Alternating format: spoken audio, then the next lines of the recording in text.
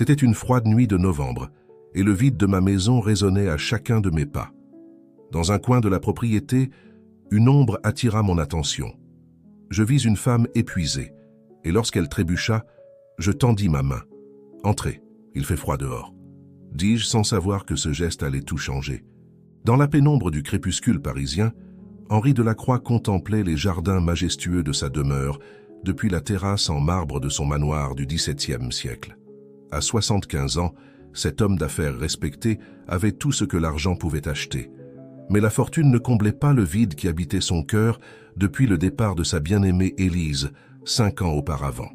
Les roses qu'il cultivait avec passion étaient les seules à partager ses confidences dans ce domaine de 3 hectares, situé dans le quartier prestigieux de Neuilly-sur-Seine.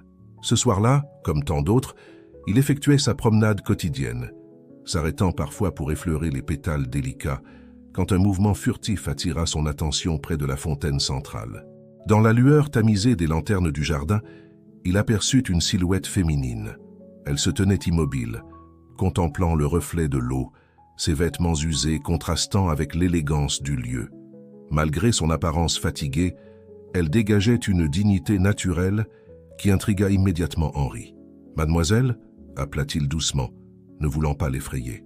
La femme sursauta légèrement, se tournant vers lui avec un mélange de crainte et de fierté dans le regard. Ses yeux, d'un vert profond, brillaient d'une lueur particulière, malgré l'épuisement visible sur son visage. « Je suis désolée, monsieur », répondit-elle d'une voix douce mais assurée, avec un léger accent du Sud. « Je ne voulais pas m'introduire chez vous. » La grille était entr'ouverte et j'étais simplement fasciné par la beauté de ce jardin. Henri remarqua qu'elle s'exprimait avec élégance, trahissant une éducation raffinée qui contrastait avec son apparence actuelle. « Comment vous appelez-vous » demanda-t-il intrigué. « Sophie Laurent », répondit-elle après une légère hésitation qui n'échappa pas à Henri. Un silence s'installa, uniquement troublé par le murmure de la fontaine. Henri observa les traits fins de son visage, les marques de fatigue sous ses yeux, mais surtout cette étincelle de détermination qui brillait encore malgré les épreuves évidentes qu'elle avait traversées. « Madame Laurent, permettez-moi de vous offrir un thé », proposa-t-il spontanément, surpris par sa propre audace.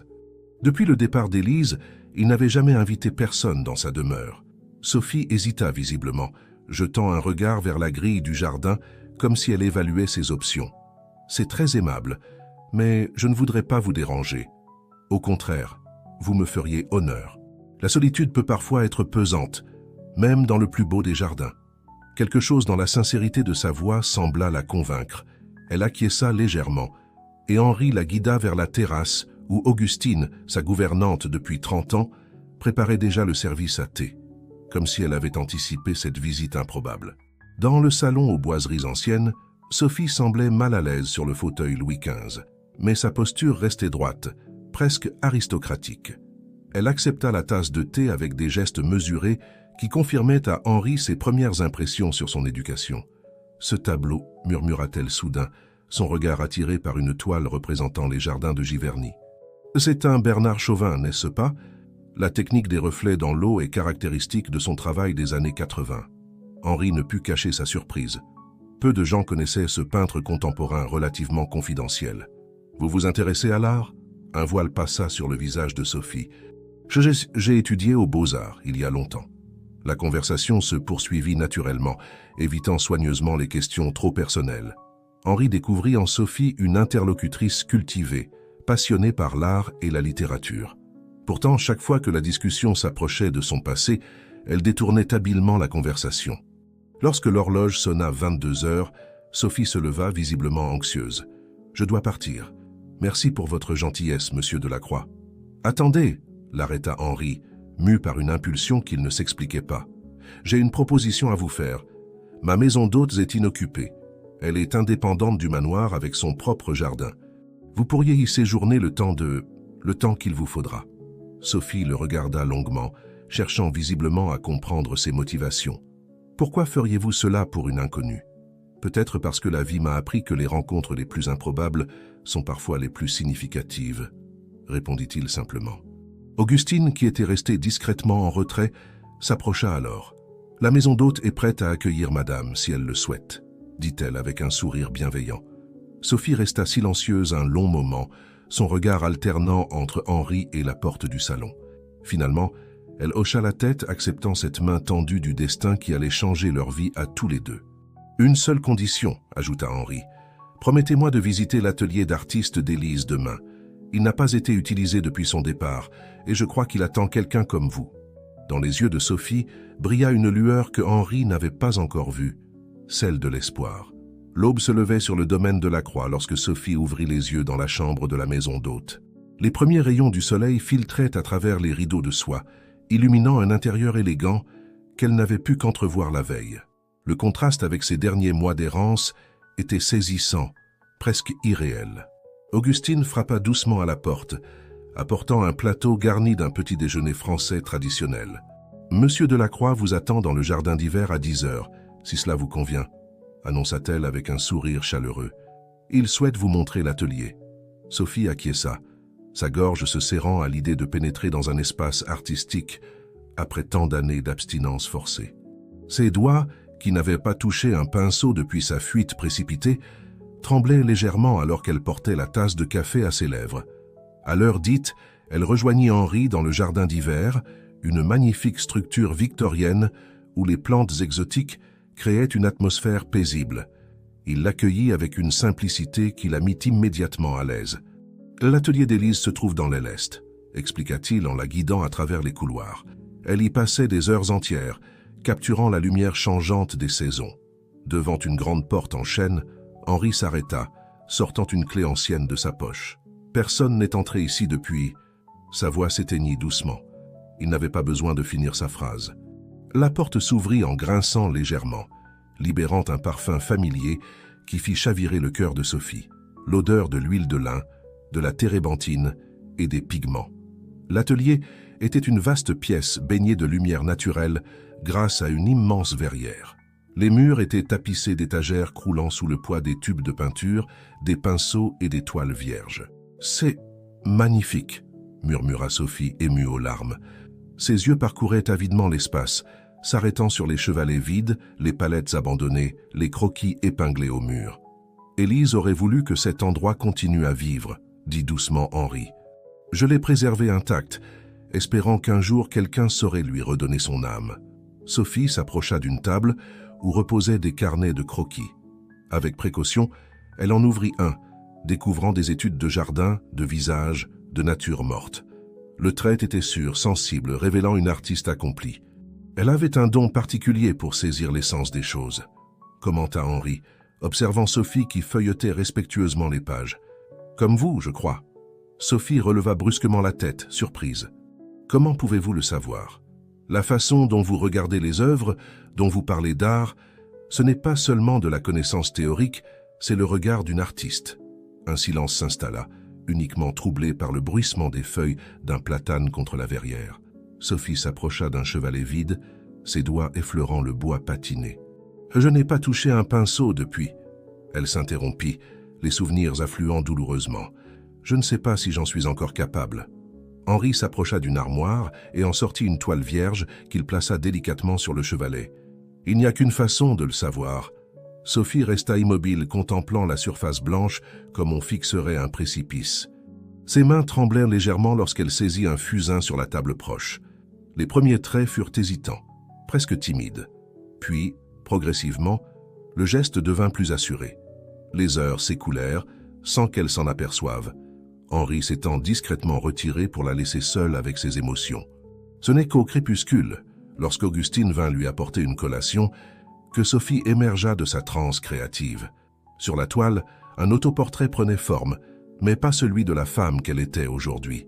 C'était le visage d'une jeune artiste pleine d'espoir, celle qu'elle était avant que tout ne bascule. « Le dîner sera servi dans 1 heure si vous souhaitez vous joindre à monsieur », annonça doucement Augustine.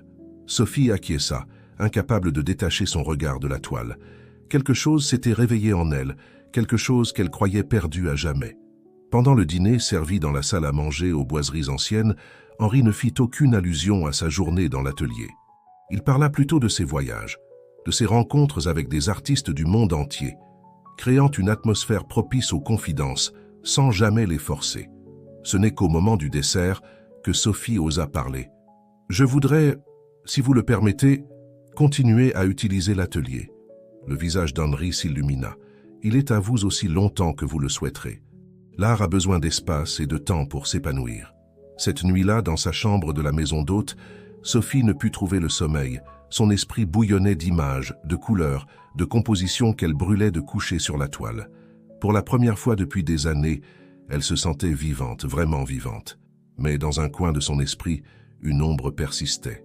Elle savait que ce répit était précaire, que son passé la rattraperait tôt ou tard. Pour l'instant, cependant, elle choisit de se concentrer sur la sensation du fusain entre ses doigts, sur la texture de la toile, sur cette renaissance inattendue dans l'atelier d'une femme qu'elle n'avait jamais connue mais qui, d'une certaine façon, lui avait tendu la main à travers le temps. Les semaines qui suivirent furent pour Sophie comme un rêve éveillé. Chaque matin, elle se levait avec le soleil, impatiente de rejoindre l'atelier d'Élise, devenu son sanctuaire. Les journées s'écoulaient dans un tourbillon de couleurs et d'émotions, chaque coup de pinceau ravivant une partie d'elle-même qu'elle croyait perdue à jamais. Henri, de son côté, observait cette métamorphose avec un mélange de fascination et de joie contenue. Il voyait la vie revenir dans les yeux de Sophie, ses gestes devenir plus assurés, son sourire plus fréquent. Sans s'en rendre compte, il commençait à attendre avec impatience leur conversation du soir, où ils partageaient leurs réflexions sur l'art, la vie et la beauté du monde. Un matin, alors que Sophie travaillait sur une nature morte particulièrement complexe, Henri frappa doucement à la porte de l'atelier. « Puis-je entrer » demanda-t-il avec une déférence qui la toucha. « Bien sûr » répondit-elle, posant son pinceau. Henri pénétra dans la pièce, son regard balayant les nombreuses toiles qui s'accumulaient désormais sur les chevalets et contre les murs. Ses yeux s'arrêtèrent sur le travail en cours, une composition de fruits et de fleurs baignée d'une lumière dorée qui rappelait les maîtres flamands. « C'est extraordinaire » murmura-t-il, visiblement ému. « Vous avez un don, Sophie, un véritable don. » Elle rougit légèrement, peu habituée aux compliments après des années de solitude et de doute. « Merci, Henri. Cet endroit, il m'a rendu une partie de moi-même que je croyais perdue. » Henri hocha la tête, comprenant parfaitement ce qu'elle voulait dire. « J'ai une proposition à vous faire, » dit-il enfin, semblant rassembler son courage. « J'ai parlé de votre travail à une amie, Isabelle Fournier. Elle dirige la Galerie des artistes contemporains dans le Marais. Elle serait intéressée pour organiser une exposition de vos œuvres. » Sophie sentit son cœur s'arrêter. Une exposition. L'idée était à la fois exaltante et terrifiante. « Je ne sais pas si je suis prête, » balbutia-t-elle. « Vous l'êtes » affirma Henri avec une conviction qui la surprit. « Votre art mérite d'être vu, Sophie. Il a le pouvoir de toucher les gens, de les émouvoir. » Elle resta silencieuse un long moment, son regard passant des toiles achevées à celles en cours. Finalement, elle prit une profonde inspiration. « D'accord, » dit-elle doucement, « faisons-le. » Les jours qui suivirent furent un tourbillon d'activités. Isabelle Fournier vint visiter l'atelier, s'extasiant devant le travail de Sophie. Les préparatifs pour l'exposition commencèrent, plongeant le manoir dans une effervescence que ses murs n'avaient pas connue depuis des années. Sophie travaillait avec une ardeur renouvelée, déterminée à créer de nouvelles pièces spécialement pour l'exposition. Un soir, alors qu'elle s'apprêtait à quitter l'atelier après une longue journée de travail, son regard fut attiré par une toile couverte d'un drap dans un coin de la pièce. Intriguée, elle s'approcha et souleva délicatement le tissu. Ce qu'elle découvrit la figea sur place. La toile représentait une scène qui lui était douloureusement familière. Un intérieur somptueux, des œuvres d'art au mur et au centre, une femme recroquevillée, le visage caché dans ses mains. L'atmosphère était lourde de menaces, les ombres semblant prêtes à engloutir la figure féminine. Sophie recula, le souffle coupé. Comment était-ce possible? Elle n'avait aucun souvenir d'avoir peint cette toile. Et pourtant, la technique, les couleurs, tout criait que c'était son travail. Des images qu'elle avait refoulées pendant des années ressurgirent brutalement. La galerie de son ex-mari, les disputes violentes, la peur constante. Ses jambes se dérobèrent sous elle et elle s'effondra sur un tabouret, le regard rivé sur cette œuvre qui semblait sortir tout droit de ses cauchemars. C'est ainsi qu'Henri la trouva, 1 heure plus tard, toujours immobile, devant la toile révélée. « Sophie !» appela-t-il doucement, inquiet de son expression hantée. Elle leva vers lui des yeux remplis de larmes. « Je ne me souviens pas avoir peint ça, » murmura-t-elle. Mais c'est mon travail, j'en suis certaine. Comment est-ce possible? Henri s'approcha lentement, observant la toile avec attention. Parfois, dit-il doucement, notre esprit bloque certains souvenirs pour nous protéger. Mais notre art peut être un moyen pour ces souvenirs de refaire surface. Sophie hocha la tête, incapable de parler. Les émotions qu'elle avait si soigneusement enfouies menacèrent de la submerger. « Vous n'êtes pas obligé d'en parler maintenant », continua Henri, posant une main réconfortante sur son épaule. « Mais sachez que je suis là si vous en ressentez le besoin. » Cette nuit-là, pour la première fois depuis son arrivée au manoir, Sophie ne put trouver le sommeil. Les images de son passé se mêlaient à celles de ses toiles récentes, créant un kaléidoscope d'émotions et de souvenirs. Elle savait qu'elle se trouvait à un carrefour. L'exposition approchait, promettant une nouvelle vie, une renaissance artistique. Mais cette toile oubliée lui rappelait que son passé n'était jamais loin, attendant dans l'ombre le moment de ressurgir. Alors que l'aube commençait à poindre, Sophie prit une décision. Elle ne fuirait plus.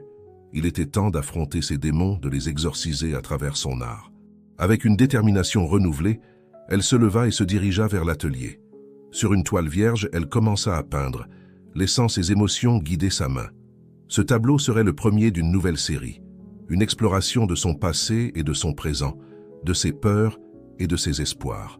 Et peut-être, songea-t-elle alors que les premières couleurs prenaient vie sous son pinceau, peut-être que cette exposition serait plus qu'une simple présentation de son art. Ce serait une déclaration, une affirmation de sa survie et de sa renaissance. Les jours qui suivirent la découverte de la toile mystérieuse furent intenses pour Sophie. Elle travaillait avec une ferveur presque fiévreuse, canalisant ses émotions tumultueuses dans une nouvelle série d'œuvres. Chaque toile était comme une page arrachée à un journal intime qu'elle n'avait jamais osé écrire, révélant des fragments de son passé douloureux à travers des métaphores visuelles saisissantes. Henri, inquiet de ce changement soudain, veillait discrètement sur elle. Il s'assurait qu'elle mangeait régulièrement, qu'elle prenait des pauses, tout en respectant son besoin d'espace et de solitude créative. Un soir, alors que Sophie émergeait de l'atelier après une journée particulièrement éprouvante, il l'invita à partager un thé sur la terrasse. « Je ne veux pas être indiscret », commença-t-il doucement. « Mais je m'inquiète pour vous, Sophie. Ces nouvelles œuvres, elles semblent vous consumer. » Sophie resta silencieuse un moment, son regard perdu dans les jardins baignés par la lumière dorée du crépuscule. « Je crois qu'il est temps que je vous raconte mon histoire, Henri, » dit-elle finalement. « Vous m'avez offert un refuge, une chance de recommencer. Vous méritez de savoir qui je suis vraiment. » Elle prit une profonde inspiration avant de continuer. « Il y a quelques années, j'étais mariée à un homme nommé François Durand. Il était propriétaire d'une galerie d'art réputée à Paris. Au début, tout semblait parfait. Il encourageait ma carrière artistique, m'introduisait dans les cercles influents du monde de l'art. » Sa voix trembla légèrement.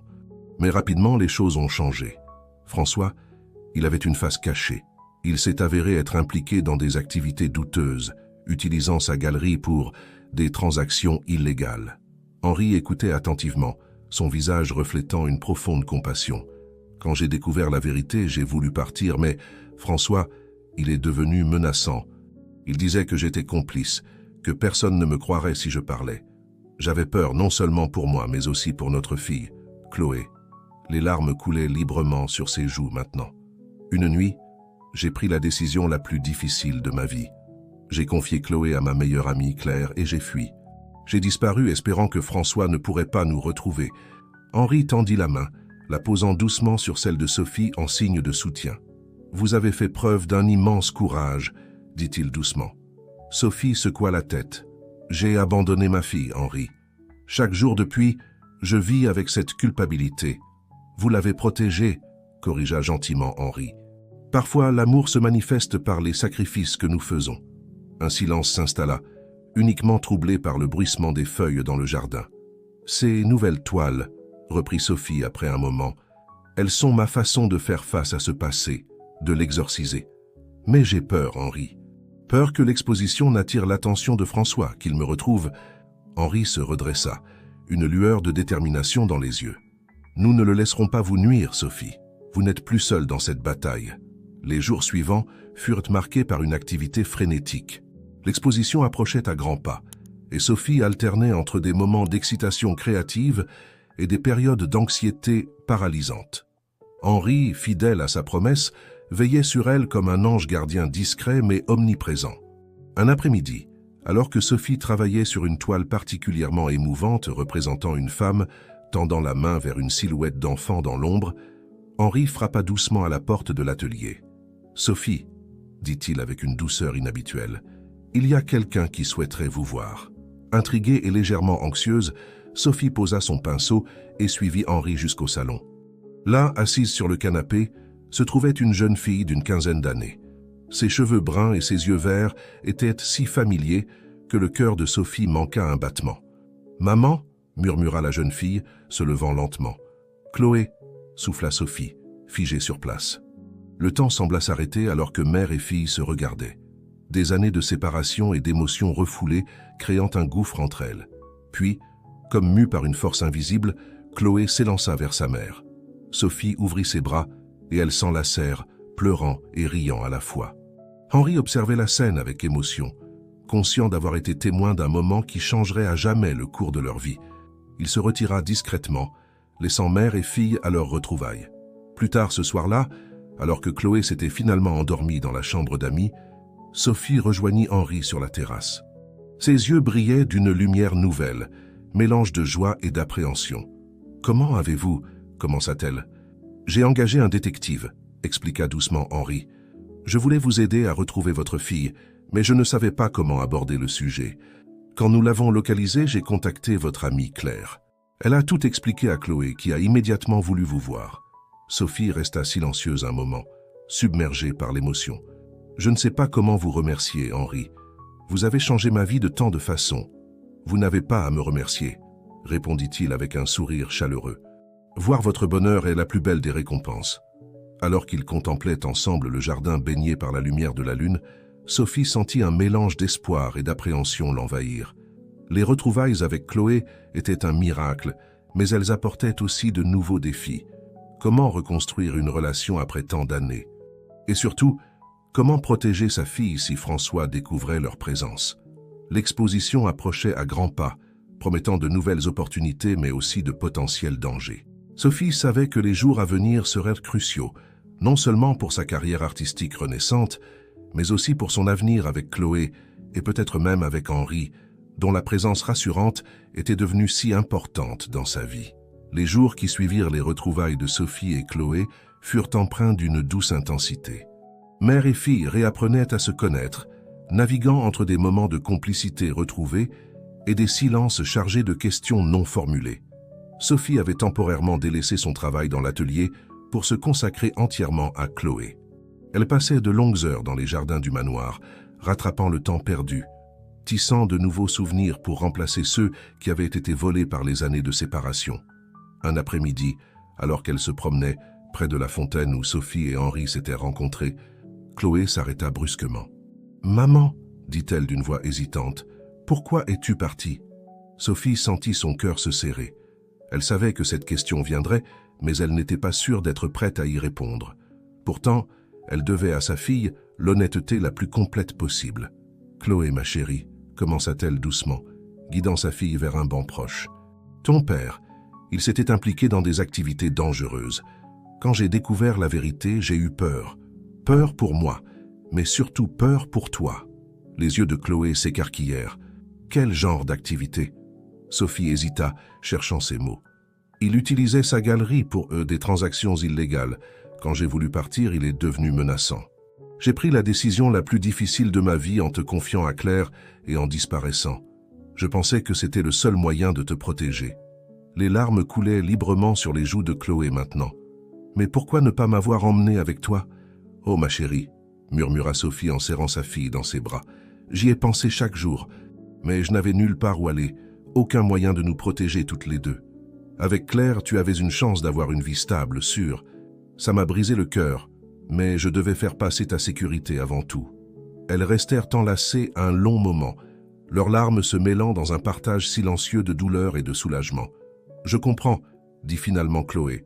« Ça ne veut pas dire que ça ne fait pas mal, mais je comprends. » Sophie embrassa le front de sa fille. « Je passerai le reste de ma vie à essayer de rattraper ces années perdues, si tu me le permets. » Chloé hocha la tête, un petit sourire se dessinant sur ses lèvres. « J'aimerais ça. » Leur conversation fut interrompue par l'arrivée d'Henri, qui s'approchait avec précaution, ne voulant pas troubler leur moment d'intimité. « Pardonnez-moi de vous déranger, dit-il doucement, mais j'ai une surprise pour Chloé, si elle est d'accord. » Intriguée, Chloé se leva, essuyant ses larmes. Henri les guida vers une pièce du manoir qu'elle n'avait pas encore visitée. Lorsqu'il ouvrit la porte, les yeux de Chloé s'illuminèrent. Au centre de la pièce trônait un magnifique piano à queue. « J'ai cru comprendre que tu aimais la musique, » expliqua Henri avec un sourire chaleureux. « J'ai pensé que tu aimerais peut-être en jouer pendant ton séjour ici. » Chloé resta bouche bée un instant avant de se précipiter vers l'instrument. Ses doigts effleurèrent délicatement les touches, comme si elle craignait que le piano ne disparaisse à son contact. « C'est incroyable, » murmura-t-elle. « Je peux vraiment t'en jouer ?»« Bien sûr, » répondit Henri. « La musique est faite pour être partagée. » Sophie observait la scène, émue par la gentillesse d'Henri et la joie évidente de sa fille. Chloé s'assit sur le banc et commença à jouer une mélodie douce et mélancolique. Les notes emplissèrent la pièce, touchant le cœur de tous les présents. « Elle a un vrai don, » murmura Henri à Sophie. « Oui, » répondit-elle, la gorge serrée par l'émotion. Elle tient ça de son grand-père. Il était pianiste. Alors que la musique continuait de résonner dans le manoir, Sophie sentit une vague de gratitude l'envahir. Malgré toutes les épreuves, malgré les années perdues, elle avait retrouvé sa fille. Et grâce à la générosité inattendue d'Henri, elles avaient une chance de reconstruire leur relation sur de nouvelles bases. Les jours suivants furent rythmés par les séances de peinture de Sophie et les moments de musique de Chloé. Le manoir, autrefois si silencieux, s'animait de couleurs et de mélodies. Henri observait cette renaissance avec un mélange de joie et de mélancolie, se surprenant à imaginer ce qu'aurait pu être sa vie s'il avait eu une famille. Un soir, alors que Chloé s'était retirée dans sa chambre, Sophie rejoignit Henri sur la terrasse. Le ciel était parsemé d'étoiles et une douce brise portait le parfum des roses du jardin. « Henri, » commença Sophie, sa voix empreinte d'une émotion contenue, « je ne sais pas comment vous remercier pour tout ce que vous avez fait. Pour moi, pour Chloé. » Henri lui sourit doucement. Voir cette maison revivre, entendre le rire de Chloé et vous voir peindre à nouveau, c'est le plus beau des remerciements. Ils restèrent un moment silencieux, contemplant le jardin baigné par la lumière de la lune. Sophie sentait une question brûler ses lèvres, une question qu'elle n'osait pas poser mais qui la taraudait depuis des jours. « Henri, » dit-elle finalement, rassemblant son courage, « quand l'exposition sera terminée, que se passera-t-il? Pour Chloé et moi, je veux dire. » Le visage d'Henri s'adoucit. « Sophie, cette maison est votre foyer aussi longtemps que vous le souhaiterez. Vous et Chloé êtes les bienvenus ici, sans condition et sans limite de temps. » Les yeux de Sophie s'embuèrent de larmes.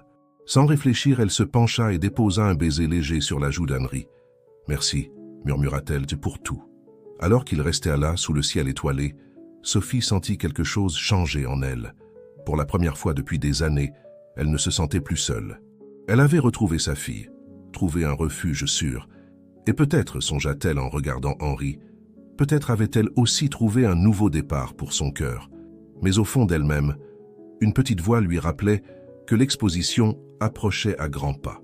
Et avec elle, le risque que son passé ne la rattrape, menaçant cette nouvelle vie qu'elle commençait à construire. Sophie serra la main d'Henri, puisant dans sa présence la force d'affronter ce qui l'attendait. Les semaines s'écoulèrent rapidement, dans un tourbillon de préparatifs pour l'exposition. Sophie partageait son temps entre ses séances de peinture intenses et les moments précieux avec Chloé, tandis qu'Henri orchestrait les détails logistiques de l'événement avec une efficacité discrète. La veille de l'exposition, une effervescence particulière régnait dans le manoir. Isabelle Fournier, la galeriste, était venue pour une dernière mise au point. Elle parcourait l'atelier, ses yeux brillants d'excitation devant les toiles de Sophie. « C'est extraordinaire !» s'exclama-t-elle, s'arrêtant devant une œuvre particulièrement saisissante représentant une femme émergeant des ombres, ses mains tendues vers la lumière. « Votre travail va créer une véritable sensation, Sophie.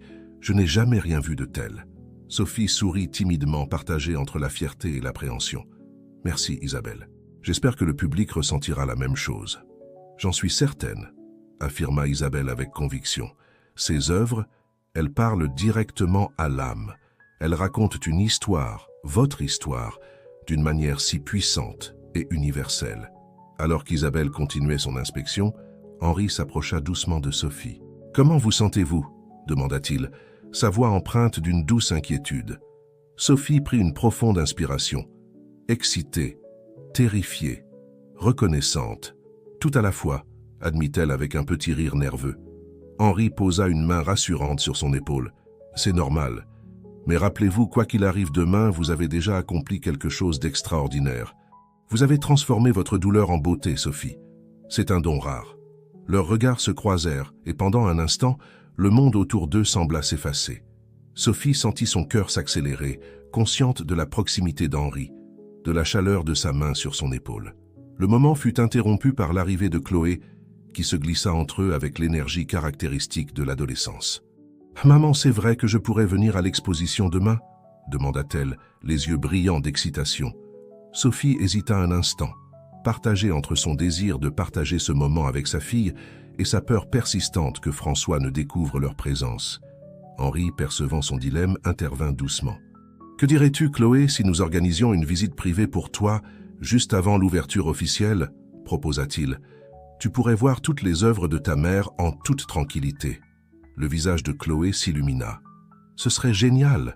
s'exclama-t-elle avant de se tourner vers sa mère. « S'il te plaît, maman, dis oui. » Sophie sourit, reconnaissante envers Henri pour cette solution élégante. « D'accord, ma chérie, nous ferons ça. » La soirée se poursuivit dans une atmosphère de joyeuse anticipation. Après le départ d'Isabelle, Henri proposa un dîner spécial pour célébrer la veille de l'exposition.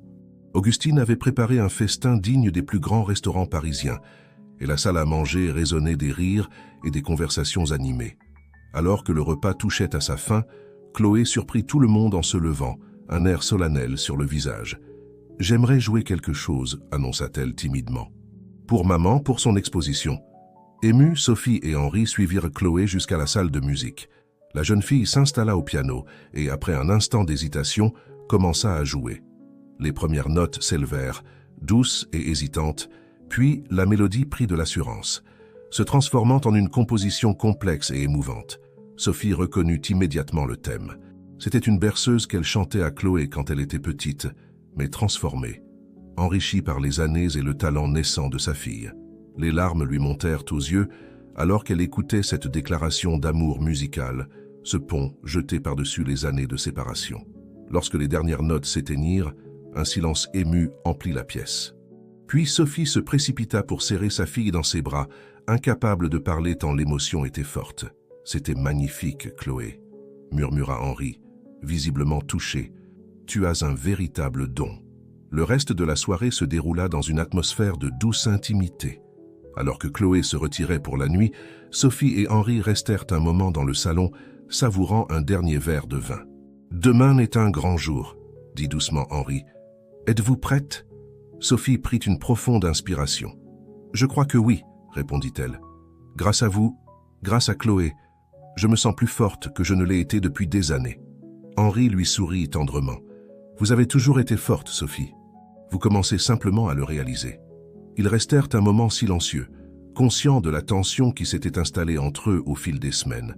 Sophie sentait son cœur battre plus vite, consciente qu'ils se trouvaient à un tournant de leur relation. « Henri, » commença-t-elle, sa voix à peine plus qu'un murmure, « je voulais vous dire… » Mais les mots lui manquèrent. Comment exprimer la profondeur de sa gratitude, la complexité de ses sentiments? Au lieu de parler, elle se pencha doucement et déposa un baiser léger sur les lèvres d'Henri.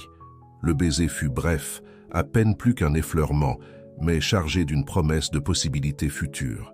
Lorsqu'ils se séparèrent, leurs regards se croisèrent, remplis d'une compréhension mutuelle et d'une tendresse nouvelle. « Bonne nuit, Henri », murmura Sophie en se levant, « et merci pour tout. » Alors qu'elle regagnait sa chambre, Sophie sentit un mélange d'excitation et d'appréhension l'envahir.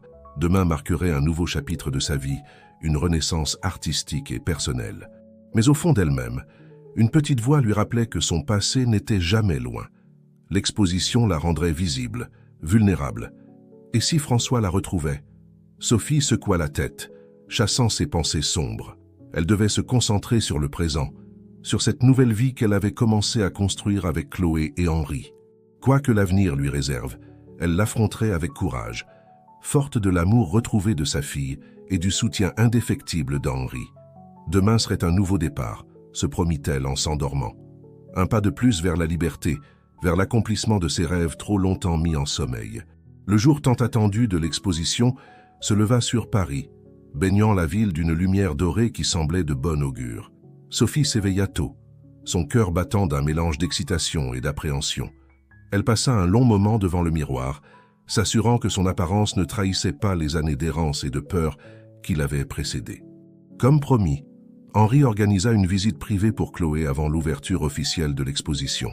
Mère et fille arrivèrent à la galerie des artistes contemporains dans la matinée, accueillis par Isabelle Fournier, dont l'enthousiasme était contagieux. « Bienvenue, Chloé », dit Isabelle avec un sourire chaleureux. « Tu vas être la première à voir l'exposition de ta mère. C'est un grand honneur. » Les yeux de Chloé s'écarquillèrent en entrant dans la galerie. Les œuvres de Sophie étaient disposées avec soin, chacune mise en valeur par un éclairage subtil qui en accentuait la profondeur et l'émotion. « Maman », murmura Chloé, sa voix empreinte d'admiration, « c'est incroyable. » Sophie sentit les larmes lui monter aux yeux en voyant la réaction de sa fille. Elle la guida à travers l'exposition, expliquant chaque œuvre, partageant les émotions et les souvenirs qui avaient inspiré chaque coup de pinceau. Devant une toile particulièrement poignante, représentant une femme tenant la main d'une petite fille à travers un voile de brume, Chloé s'arrêta net. « C'est nous, n'est-ce pas ?» demanda-t-elle doucement. Sophie hocha la tête, incapable de parler. Chloé se blottit contre elle, et elles restèrent ainsi un long moment, unies dans une étreinte qui semblait effacer les années de séparation. L'après-midi arriva rapidement, et avec lui, l'ouverture officielle de l'exposition.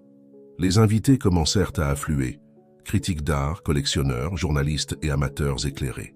Sophie, vêtue d'une élégante robe noire qui contrastait avec ses cheveux blonds, se tenait près de l'entrée, accueillant chaque visiteur avec un mélange de nervosité et de fierté. Henri était à ses côtés, une présence rassurante et solide. Il jouait parfaitement son rôle de soutien, orientant les conversations quand Sophie semblait submergée, offrant des anecdotes sur le processus créatif qu'il avait eu le privilège d'observer. Les réactions étaient unanimement positives. Les critiques s'extasiaient devant la profondeur émotionnelle des œuvres. Les collectionneurs se disputaient déjà l'acquisition de certaines pièces.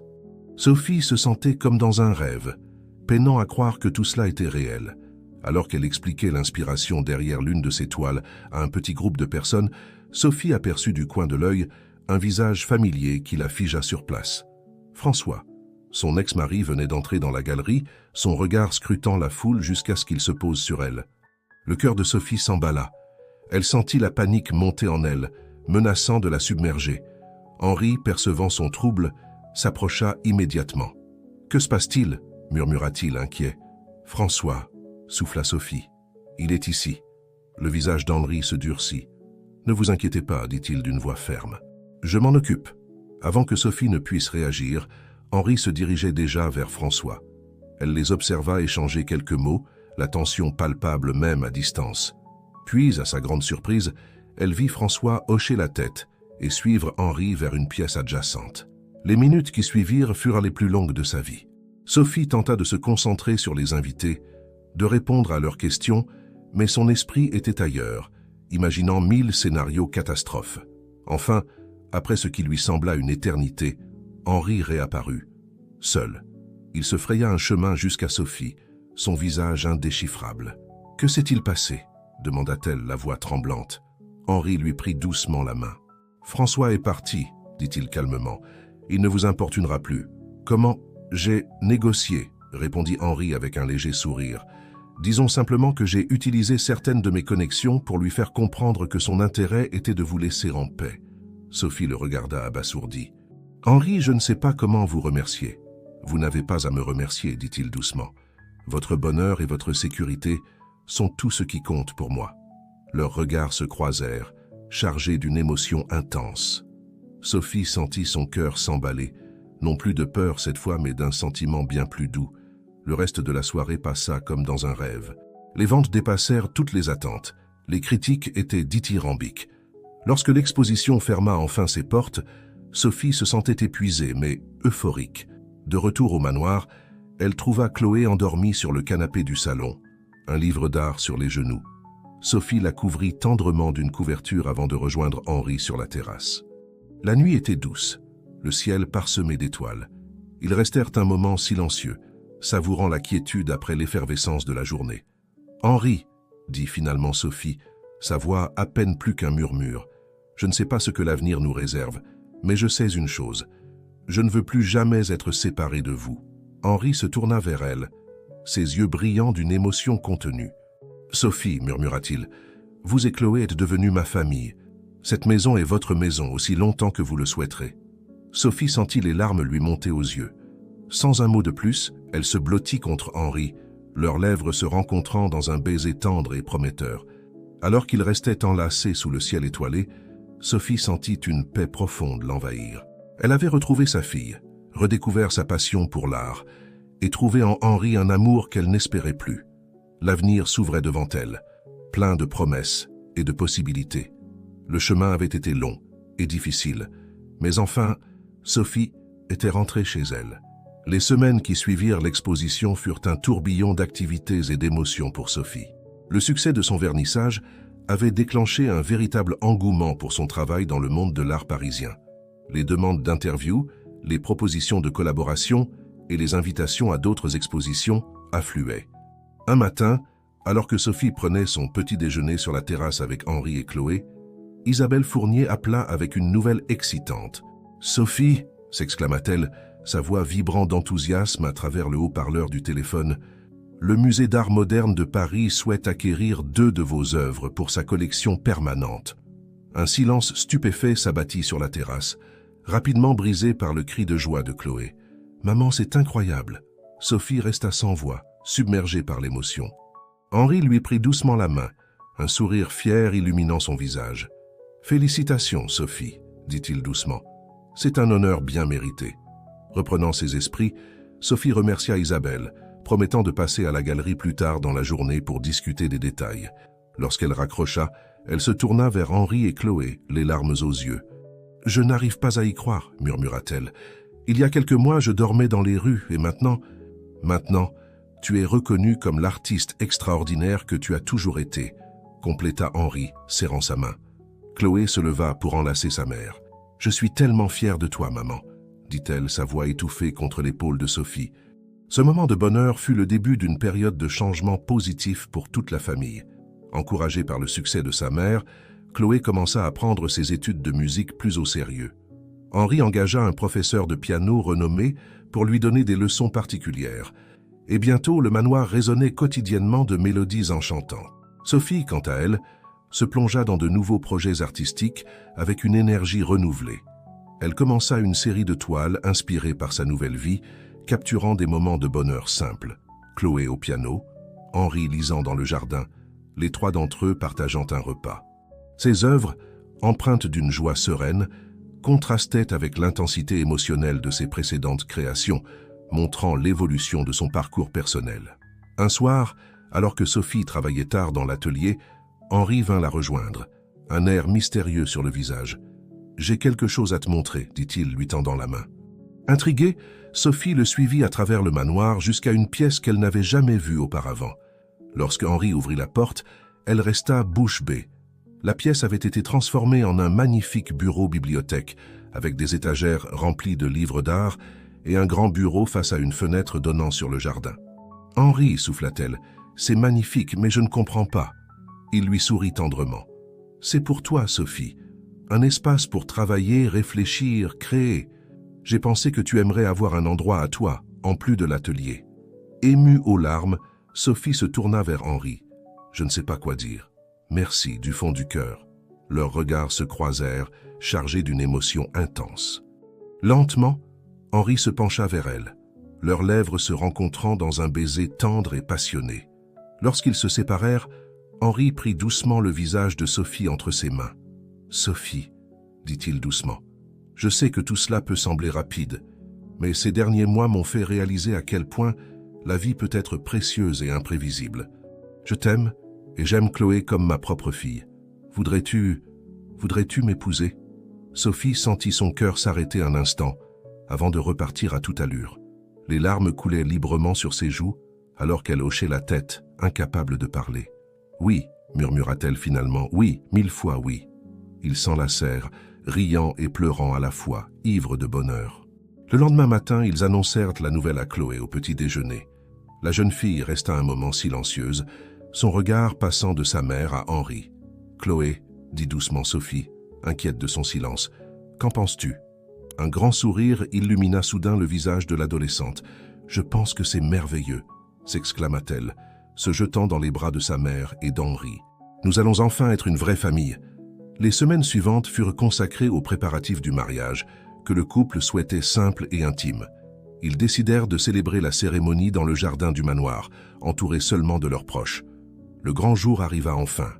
Sous un ciel d'un bleu parfait, Sophie remonta l'allée au bras de son vieil ami et mentor, le professeur Dupont, qu'il avait retrouvé grâce à l'exposition. Chloé, resplendissante dans une robe de demoiselle d'honneur, les précédait en jouant une mélodie qu'elle avait composée spécialement pour l'occasion. Lorsque Sophie rejoignit Henri devant l'officiant, leurs regards se croisèrent, remplis d'amour et de promesses. Alors qu'ils échangeaient leurs vœux, Sophie sentit une paix profonde l'envahir. Elle avait traversé tant d'épreuves, connu la peur et le désespoir, mais aujourd'hui, entourée de l'amour de sa fille et de son mari, elle savait qu'elle avait enfin trouvé sa place. Alors que les invités applaudissaient les nouveaux mariés, Chloé s'approcha, les yeux brillants de larmes de joie. Sophie et Henri l'enlacèrent, formant un tableau parfait de cette famille recomposée par le destin et l'amour. Ce soir-là, alors que la fête battait son plein, Sophie s'éclipsa un moment sur la terrasse. Elle contempla le jardin illuminé de lanternes, écoutant les rires et la musique qui s'échappèrent de la réception.